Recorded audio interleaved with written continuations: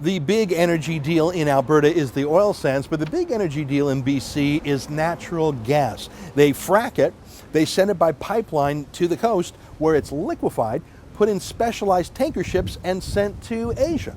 Places like Japan, Korea, Taiwan, China, India.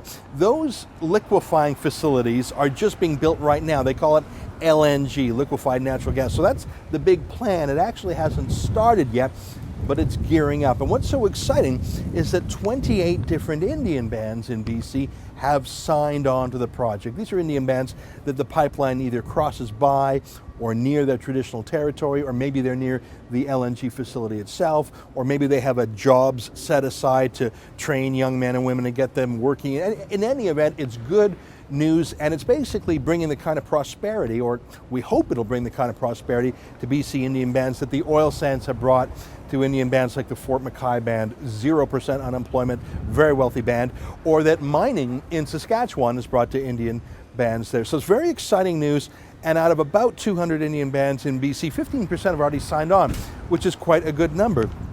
Trouble is, there are other forces, meddlers I would call them, who have different plans for BC's Aboriginals, and for different reasons.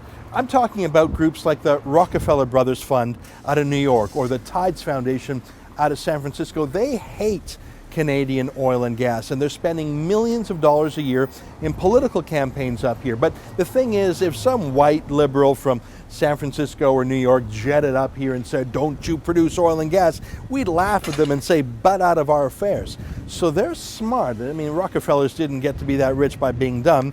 So look at their campaign strategy. This is a document I've shown you before. This is a document by the Rockefeller Brothers Fund. In 2008, years ago, they were already planning on how to meddle in Canadian politics. And look right here on this strategy page right here.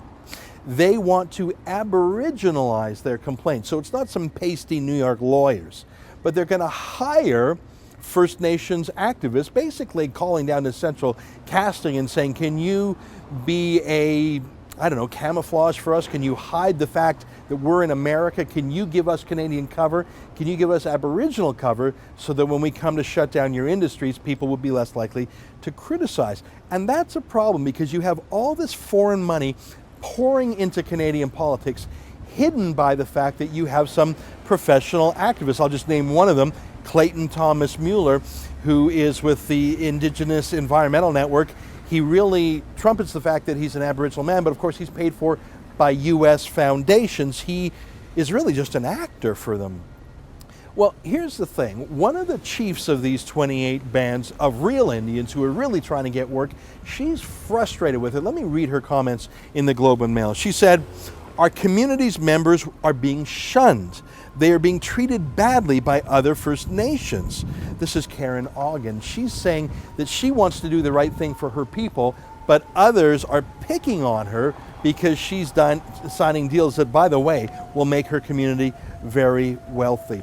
I think we've got to all stand with Chief Ogden of the Wet'suwet'en First Nation. We've got to say, you are an outstanding chief for focusing on economic development and prosperity and helping your people with jobs. And any Indian band or any foreign lobby group that attacks her, I think we've got to come in and get her back.